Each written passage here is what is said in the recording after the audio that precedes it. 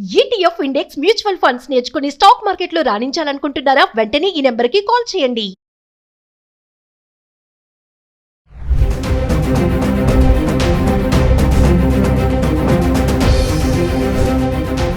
నమస్తే, welcome back to Suman TV. Present మనతో పాటు ఉన్నారు business analyst doctor Nandi Rameshwar Rao గారు. నమస్తే సార్. యుద్ధం ఎఫెక్ట్ తో స్టార్టింగ్ లో అయితే బంగారం వెండి ధరలు బాగా పెరిగిపోయాయి. ఇంక వెళ్ళిపోద్ది, మళ్ళీ రికార్డ్ స్థాయికి వెళ్తుందని చెప్పారు. మెల్లమెల్లగా మళ్ళీ తగ్గుముఖం పట్టడం చూస్తున్నాం, మళ్ళీ కొంచెం పెరుగుతుంది. అంటే ఫ్లక్చుయేషన్స్ చూస్తున్నాం. ఈ వార్ జరుగుతున్న ఈ టైంలో ఈ బంగారం వెండిలో అది ఎందుకంటారు అసలు? మామూలుగా యుద్ధాలు జరిగితే పెరుగుతాయి కదా, ఈ లోహాలు ఏవైతే ఉంటాయి ఇవన్నీ పెరిగిపోతాయని చెప్పేసి అంటా ఉంటారు. మరి ఎందుకు తగ్గుతున్నాయి అంటే? ఇప్పుడు సింపుల్ రూల్ ఏంటంటే కొనేవాళ్ళు ఎక్కువైనప్పుడు రేటు పెరుగుతుంది, కొనేవాళ్ళు తక్కువైనప్పుడు రేటు తగ్గుతుంది. డిమాండ్ ఇంక్రీజెస్, మన ఫార్మర్ చాలాసార్లు చెప్పుకున్నాం. సో గోల్డ్ సిల్వర్ అనేది 80,000 రూపాయల నుండి 1,90,000 1,88,000 వెళ్ళింది పీక్. తర్వాత కంటిన్యూగా ఒక 10 నెలలు పెరుగుతూ పోయింది. మధ్యలో ఒక నెల 15 రోజులు డ్రాప్ అయింది, మళ్ళీ కొద్దిగా పెరిగింది, డ్రాప్ అయింది.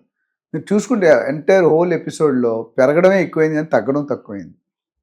1,88,000 85,000 1,60,000 వచ్చింది. అంటే 1,50,000 నుండి 1,80,000 కొట్లాడుతుంది ఈ గత లాస్ట్ 1 మంత్ సుమారు చూసుకుంటే.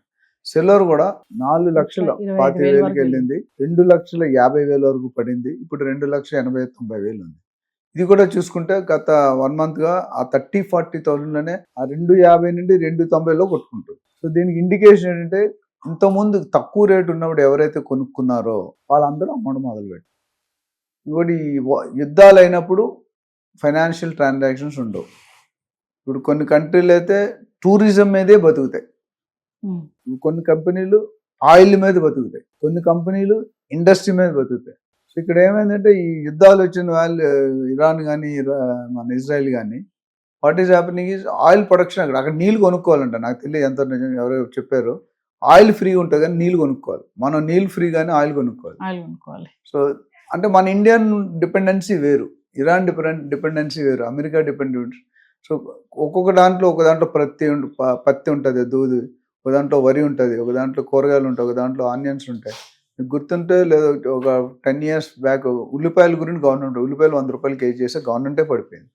So voters are very intelligent, very danger, very good. ఎందుకంటే ఇప్పుడు ఓటర్స్ ఎలక్షన్లో 40% లిటరసీ వాళ్ళు ఉన్నారు. ఒక 30 years బ్యాక్ 5% 10%. ఈరోజు లిటరసీ ఎస్పెషల్లీ ఇండియాలో సౌత్లో చూసుకుంటే హైలీ లిటరసీ. కేరళలో కేరళలో హైలీ లిటరసీ. బట్ అన్ని కంట్రీ నార్త్ ఇండియాకి వెళ్తే యూపీ, బీహార్ అన్నీ still you have that age old systems.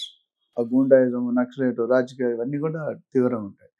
ఇక్కడికి వచ్చేసరికి గోల్డ్ ఏమైందంటే మైనింగ్ కాస్ట్ పెరిగి, ఇప్పుడున్న గోల్డ్ కొత్తగా ప్రొడ్యూస్ చేయాలంటే మైనింగ్ కాస్ట్ పెరిగిపోతుంది. సో రెండు పక్కల ఊగిది market, 2 sides of the coin. Toss వేస్తే హెడ్ ఆర్ టైల్ ఉంటుంది క్రికెట్లో, అది ఏ మ్యాచ్కి వెళ్ళినా. ఈ పెరిగినంత కాలం ఏమైందంటే కొనేవాళ్ళు ఇన్వెస్ట్మెంట్ రూపంలో చూడడం, ఆర్నమెంట్ రూపంలో కాకుండా ఇన్వెస్ట్మెంట్ రూపంలో చూశారు. తర్వాత సిల్వర్ వచ్చేసరికి ఇండస్ట్రీ యూసేజ్లో చూశారు.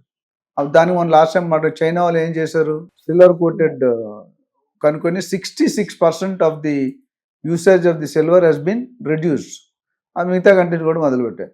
సో ఏదైతే ధర పెరిగిందో ఇప్పుడు కూడా వాల్యూ ఇంజనీరింగ్ ఉంటుంది మన మెటీరియల్స్లో. వాల్యూ ఇంజనీరింగ్ అంటే ఏంటంటే ఇప్పుడు Maruti 800 first car maybe 1990s వచ్చినట్టు చూసుకుంటే ఆ కార్కి ఇప్పుడు మారుతి 800 చూస్తే వెయిట్లో 30-25% తేడా ఉంటుంది. అంటే వాల్యూ ఇంజనీరింగ్ ఏంటంటే కాస్ట్, క్వాలిటీ తక్కువ రేట్లో దీనికంటే ఎక్కువ సదుపాయాలు ఇచ్చేది, అది వాల్యూ. అంటే వాల్యూ ఫర్ మనీ అంటాం మనం.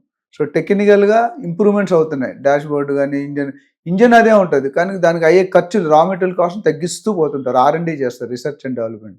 ఆ process Hindustan Motors and ambassador car ఉండేది మనకు చిన్నప్పుడు.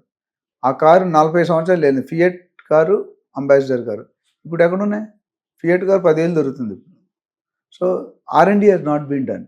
ఎక్కడైతే R&D అవుతుందో ప్రజలకి తాలూకా రిక్వైర్మెంట్స్ అండర్స్టాండ్ చేసుకోవాలి. రియల్ ఎస్టేట్లో ఒకప్పుడు బిల్డర్ కట్టేది కొనుక్కున్నాను, ఇప్పుడు బిల్డర్ ఏం చేస్తుంటే నీకేం కావాలి, పబ్లిక్ ఏం కావాలి రీసెర్చ్ చేసి వాళ్ళకి అనుకూలంగా డిజైన్ చేస్తున్నారు. అంటే ట్రంప్ చేసిన ఒక్క ప్రకటనతో సార్ రేట్లు అయితే పెరగడం చూసాము. అంటే ట్రంప్ యుద్ధం పైన చేసి నోటీస్ ఏదైతే ఇచ్చాడు, యుద్ధం ఆపేస్తాము అని చెప్పిన వెంటనే ధరలు ఒకసారి పెరిగిపోయి మళ్ళీ చూసుకునే గ్లోబల్ మార్కెట్లో మళ్ళీ తగ్గుముఖం పడ్డం చూస్తున్నాం. ట్రంప్ ఎందుకు ఆ ప్రకటన చేయబోయాడు అంటే, చేశాడంటే ఆయన కన్ఫ్యూజ్ అవుతున్నాడు, ప్రపంచాన్ని కన్ఫ్యూజ్ చేస్తున్నాడు. సో రెండు కరెక్టే. ఎందుకంటే ఆయన బ్రాండ్ కోసం పనిచేయడం. ఐఎమ్ ట్రంప్, నా హిస్టరీ లాస్ట్ 200 సంవత్సరాలు లేని హిస్టరీ నేను క్రియేట్ చేయాలి. ఇక్కడ సైబరాబాద్ చంద్రబాబు గారు కనుక్కున్నారు, 4th సిటీ రేవంత్ రెడ్డి గారు కనుక్కుంటారు, వస్తుందా రాదని పక్కన పెట్టి. సో ప్రతి ఒక్కరికి ఆయనకి చిరకాల స్థాయిలో ట్రంప్ అనగానే, ఇప్పుడు హిట్లర్ని ఎవడు మర్చిపోతాడా? ట్రంప్ కూడా మార్క్ గాంధీ గారిని ఎవరు మర్చిపోతారా? రతన్ టాటా గారు మర్చిపోతారా? సో కొంతమంది మంచి విధంగా గుర్తుపెట్టుకుని, కొంతమంది చెడ్డగా గుర్తుపెట్టుకుంటారు. గుర్తున్నావా లేదా అనేది ఆయన ఆలోచన. ఆయన చేసే ప్రతి చర్య కూడా ఉపయోగపడేది కాదు, మన దేశానికి నష్టపరిచేది కాదు, ఉపయోగపడేది కాదు.